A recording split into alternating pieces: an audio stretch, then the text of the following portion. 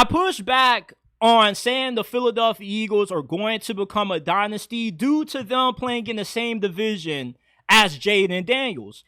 And to me, Jayden Daniels has already cemented himself as a top 5 quarterback in the league. He carried Washington to the NFC Championship with the average roster, a team that wasn't expected to win no more than maybe 6-7 games at best. He already proved that he's better than Jalen Hurts and a ton of other quarterbacks in the league because he has done more with less in only 1 year. Now think about how good Washington was year 1 with Jayden Daniels, and think about how good they're going to be in year 2 now that you add one of the best left tackles in the league at Larmery Tunsil. You rob him from the Houston Texans pretty much. You get Deebo Samuel from the San Francisco 49ers. These are players that are going to be extremely crucial for the Commanders making a Super Bowl run this year. They have improved 2 of the biggest weaknesses on their team from last year. And not only is Washington built to win now, they're built to dominate the NFC for years to come. You got Jayden Daniels on one of the biggest bargain deals right now. You still are going to be paying low-end money for elite quarterback play for at least 2, maybe 3 more years, which gives you a great opportunity to continue to load up, acquire big name talent, and eventually 3-4 years down the road, when you do have to pay Jayden Daniels, you're not stressing over how you're going to pay everybody else because you already got those guys locked up long term before you paid Jayden Daniels. This is a defense that continues to get better. Dan Quinn is a defensive-minded coach. You would expect for that side of the ball to be a lot better next season, which it was pretty good last year. Really, the run defense was their biggest Achilles heel. I love what the Commanders have built. This is a franchise that for a very long time has not just been one of the worst ran in the NFL, but one of the worst ran in the entirety of sports. And in the span of 1 year after drafting Jayden Daniels and you bring in Dan Quinn, you're now in a situation to run this conference for the foreseeable future. Jayden already was a top 5 quarterback in his rookie season.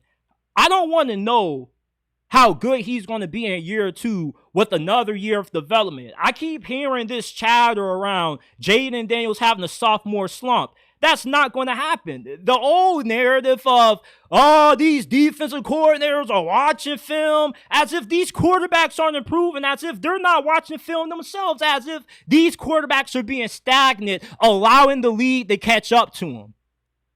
For as many quarterbacks have had sophomore slumps, there have also been quarterbacks who have risen to the occasion in their second seasons. Like Joe Burrow in his second year with the Bengals, coming off a season-ending injury, he took them to the Super Bowl. Lamar won MVP in his second year. Same thing with Patrick Mahomes.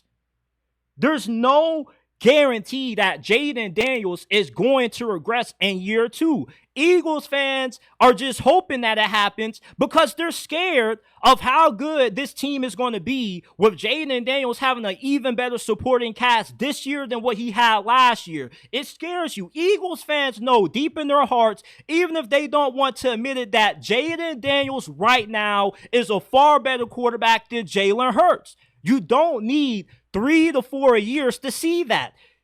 Jayden Daniels did more with less than what Jalen Hurts did. I don't give a damn if the Eagles beat Washington in the playoffs because it's a team sport. Jalen Hurts had the better overall roster. Now, with Jayden Daniels having a roster that is just as good or not too far away from Philadelphia, the playing field has been leveled. And Eagles fans are about to realize very quickly how much of a problem and a pain in the butt that Jayden Daniels is about to be for at least the next decade. The NFC has their version of Lamar Jackson. This is without a doubt the most talented quarterback in this conference. There's not a single thing that Jayden Daniels can't do. The brother is the clutchest quarterback in the league right now, not named Patrick Mahomes. It seemed like every doggone time the Commanders went for it on 4th down, they were always converting it. Jayden Daniels always knew where to go with the football. And even if you were able to shut down all his receivers, he just is going to kill you on the ground. How the hell do you stop Jayden Daniels? You can't stop Jayden Daniels. You can only hope to contain him. And that's why the Commanders are built to win now and later. This is not just a one-off story where you had a team that caught fire late. They took advantage of a few injuries of the Detroit Lions in the playoffs, and they kind of lucked up to being one step shy of the Super Bowl. No, like the Commanders were really as good as what they showed last year, and nothing was luck about it. It's not luck if you can do it again. And for the Commanders to already be ahead of schedule, I'm only imagining what the ceiling is in 2025, year 2 with Jayden and Dan Quinn and their new general manager, Adam Peters. If you're making it to the NFC Championship in year 1, year 2, you definitely could not just make it back to that spot, but you also could make it to the Super Bowl. The Commanders have such a large advantage on the majority of the NFC due to them having Jayden Daniels on a rookie deal and him already being the most talented quarterback in this conference. He's a better athlete than Jalen, Stafford, Purdy, any of the other top quarterbacks in the NFC. Jayden clears from just a skill point standpoint. And also, with how well he throws the football as a rookie, in year 2 now, you're looking at somebody who may end up become a better passer than Lamar Jackson. If he's already this good in year 1 and year 2, the potential is limitless for Jayden Daniels at this point. For all we know, Jayden Daniels could go on to win 3-4 more Super Bowls. He's that kind of player. And that's why the Commanders, I feel like they're going to end up being a staple in the NFC for a very long time.